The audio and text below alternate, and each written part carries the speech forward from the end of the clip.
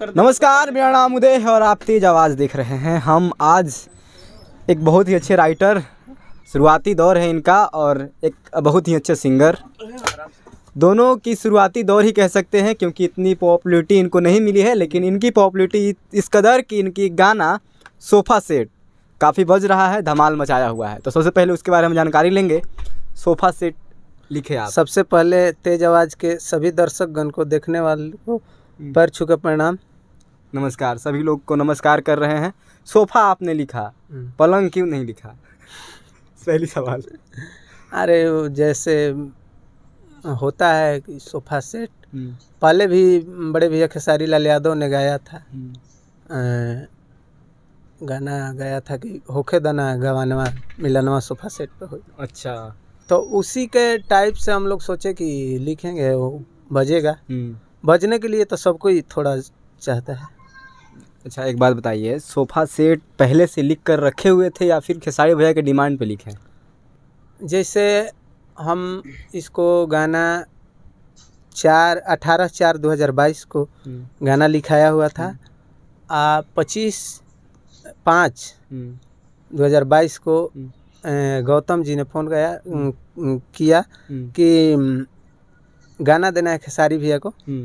तो गाना 4-5 गाना भेजे, तो गाना मतलब चूज हुआ। तो यही गाना चूज हुआ, तो उधर से हम अंतरा नहीं किए हम, क्योंकि उस दिन मेरा शादी था। अच्छा, शादी था, उसके मतलब शादी पे तोहफा उपहार मिला आपको? हाँ, उपहारे समझ लीजिए। अच्छा, जबकि भोजपुरी के महान सिंगर मेरे गाना गा दिए हैं, तो उपहारे है। तो कॉल आया और उसके बाद में सिलेक्शन हो गया? सिलेक्शन हुआ गाना का। इसके बाद में DRS म्यूजिक से उसको रिलीज किया गया।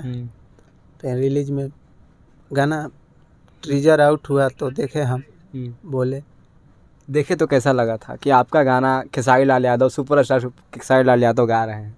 बहुत ही खुशी हुआ था। और हम गांव में भी पूरा फैला दिए थे कि मेरा गाना खेसारी भैया गा दिए हैं। बहुत लोग को जा के दिखा भी रहे थे कि मेरा गाना, हाँ, बहुत मेरा गाना खेसारी लाल यादव गाए हैं। तो उत्सुकता होती है। लोग क्या कहते थे जब दिखाते थे कि अरे तुम ही लिखे हो?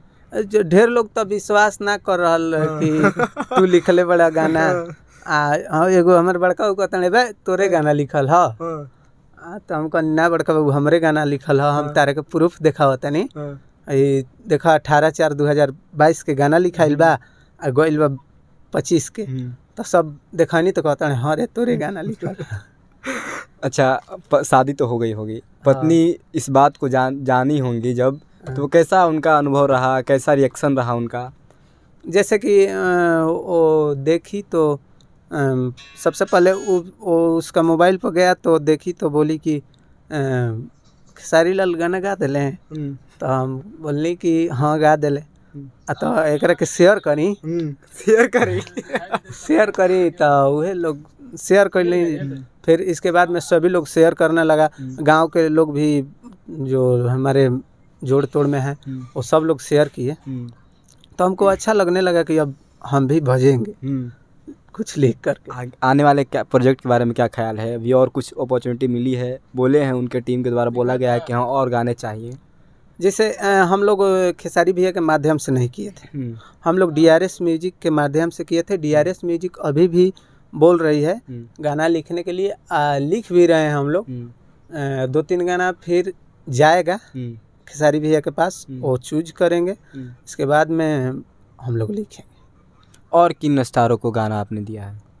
अभी आज गुंजन भैया का रिलीज हुआ। अच्छा, दे तड़ू गम जदी दे दा ओढ़निया लोर पोछे के कमाई। फिर इसके बाद में टुनटुन यादव के बालू के कमाई तोर जवानी में झोंक देम। अच्छा, बहुत ही अच्छा। बालू के कमाई तोर जवानी में झोंक देम कहाँ से आया?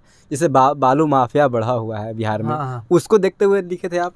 जैसे कि हम देखें ना कि जो बालू माफिया लोग है, नाच में जब आता था लोग ना, तो पैसा इतना उड़ाता था ना कि जैसे कि बरसात।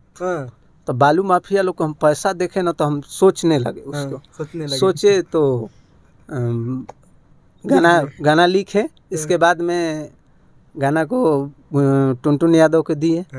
टुनटुन यादव जी ने उसको गाया। गा करके रिलीज हुआ तो गाना बज गया, गाना बहुत बजा। गुंजन सिंह का जो बोले आप आज रिलीज हुआ है, क्या रिस्पॉन्स है, कैसा चल रहा है? अभी तो अच्छा रिस्पॉन्स है। 10 घंटा पहले रिलीज हुआ है, तो रिस्पॉन्स अच्छा ही चल रहा है। आपके अंदाज से क्या है, मतलब किस तरह से लिखे थे उस गाने को? गुंजन भाई का क्या प्रतिक्रिया रहा, लिखे आप उस गाने को तो क्या कहें? लिखे थे तो हम लोग तो बजने के लिए ही लिखते हैं। बज जाएगा तो अच्छा रहेगा ना, तो अब देखिए बज जाएगा तो बहुत ही अच्छा रहेगा। गुंजन भाई का क्या प्रतिक्रिया रहा? गुंजन भैया बहुत अच्छे से काम किए हैं और उसमें रोल निभाए हैं।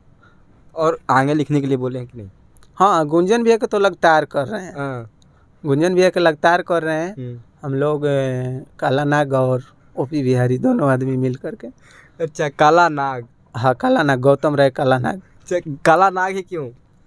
जैसे कि वो थोड़ा फेस से सांवले टाइप के हैं, गेहूँमन। गेहूँमन जेकर कहल जाला गेहूँमन, तो वैसे ही हैं। तो उनको बड़े भैया अंकुश राजा जी ने उनका नाम रख दिया काला नाग। अच्छा, उसी दिन से वो टाइटल लगाने लगे, गौतम राय काला नाग।